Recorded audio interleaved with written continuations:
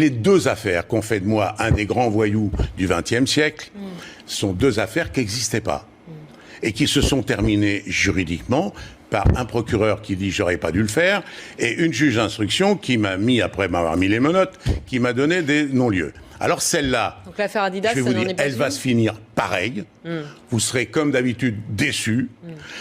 Vous n'en parlerez pas comme vous avez fait pour l'arbitrage. L'arbitrage devait être annulé. Il n'a pas été annulé. J'ai gagné devant la cour d'appel et vous n'en avez pas parlé. Et vos bandeaux là qui tournent à longueur de journée vous savez qu'il y a une instruction pour annoncer... en cours, hein.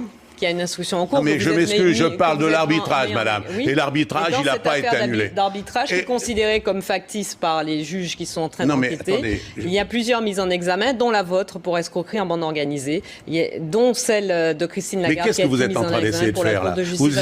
Vous essayez d'annuler une décision qui m'est favorable? Mais pas du tout. Alors l'autre décision, simplement de pratiquer un exercice qui s'appelle l'interview politique. Vous savez qu'on n'est pas dans un cabinet de psychanalyse ici. Je ne suis pas psychanalyste, je ne suis pas là pour écouter vos confidences. Mais vous n'avez pas non plus à m'obliger de vous répondre. Je n'ai pas envie de vous répondre. Et je ne vous répondrai pas.